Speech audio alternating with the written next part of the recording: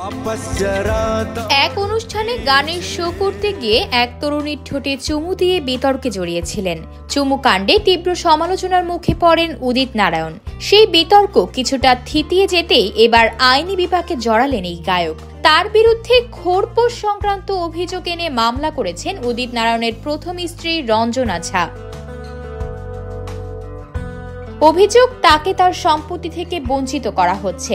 প্রথম স্ত্রীর অভিযোগের ভিত্তিতে গত 21 ফেব্রুয়ারি বিহারের সুপোল পারিবারিক আদালতে হাজিরা দিয়েছিলেন উদিত নারায়ণ। তবে তিনি এই অভিযোগের মীমাংসার পরবর্তীতে রঞ্জনার বিরুদ্ধে পাল্টা অভিযোগ এনেছেন।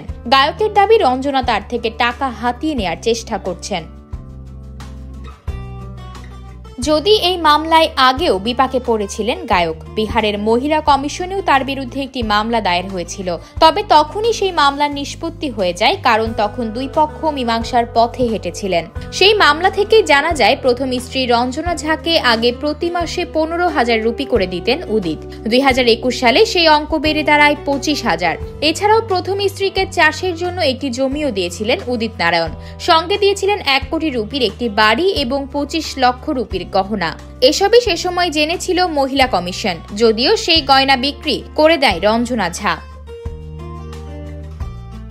এদিকে রঞ্জনা ঝা তার আইনজীবীর মাধ্যমে জানিয়েছিলেন, তিনি তার বাকি জীবনটা উদিত নারায়ণের সঙ্গেই থাকতে চান। বার্ধক্য ও শারীরিক অসুস্থতার কারণেই এই হচ্ছে প্রকাশ করেছিলেন তিনি।